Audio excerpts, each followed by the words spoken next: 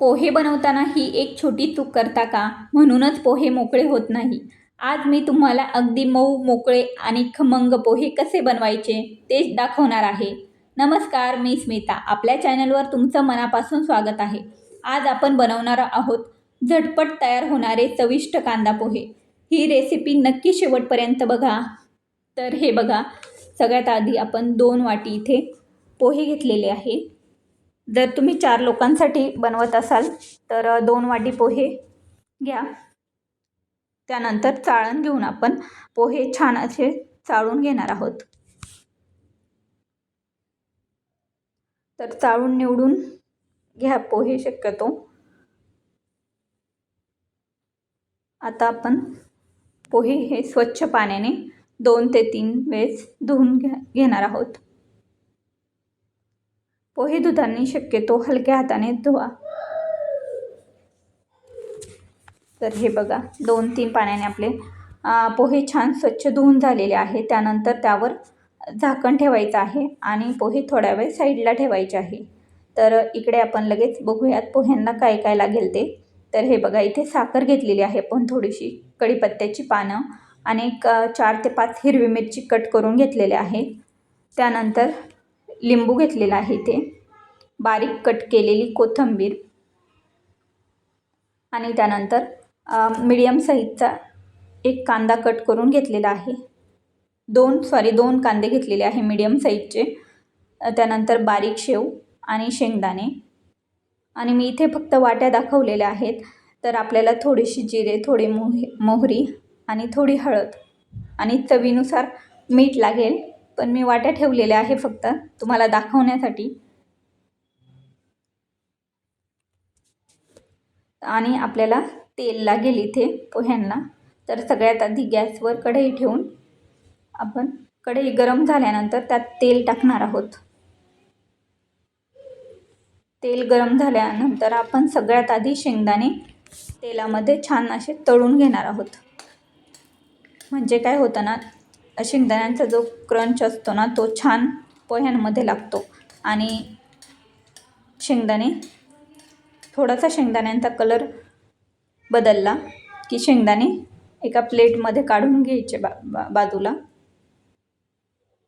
त्यानंतर त्याच तेलामध्ये थोडीशी मोहरी टाकायची, मोहरी आणि थोडेसे जिरे छान फुलले की त्यामध्ये आपण टाकणार आहोत कट केलेली हिरवी मिरची.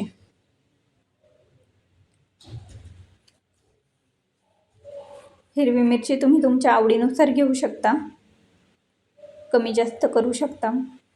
त्यानंतर कढीपत्त्याची पाने टाकायची आहे यात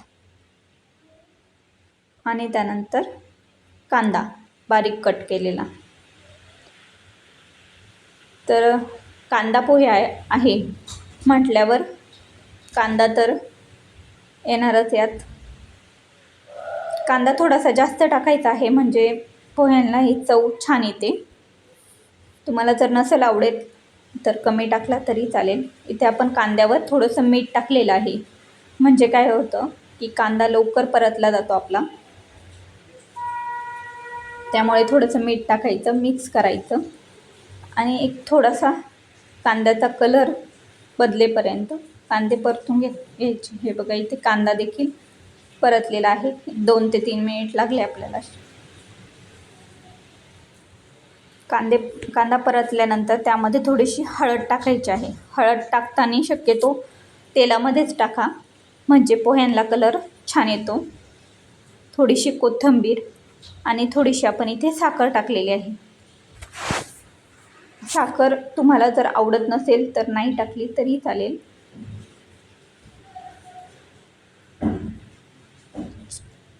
छान हळद अशी मिक्स करून घ्यायची एखादा मिनिट. त्यानंतर आपण इकडे पोहे देखील आपले हे बघा छान भिजलेले आहे, एकदम मोकळे झालेले आहे. हाताने शक्यतो मोकळे करून घ्या असे आणि त्यानंतरच कढईमध्ये टाका. तर ह्या पद्धतीने आपण कढईमध्ये पोहे टाकून घेतलेले आहे. आता छान त्याला असं मिक्स करून घ्यायचं.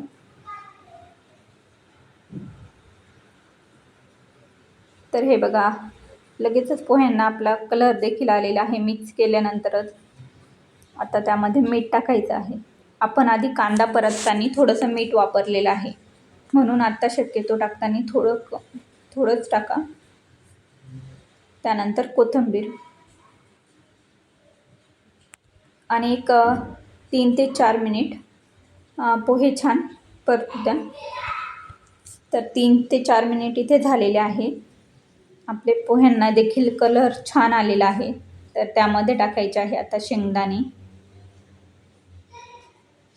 टाकून छान असं मिक्स करून घ्यायचे पोहे एखादा मिनिट. तर हे बघा तयार झालेले आहे आपले पोहे.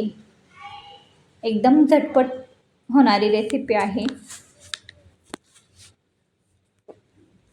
कुठलीही पूर्वतयारी नसताना आपण ही अगदी झटपट होणारा नाश्ता बनवू शकतो. तर हे बघा आपल्या पोह्यांना किती छान असा कलर आलेला आहे.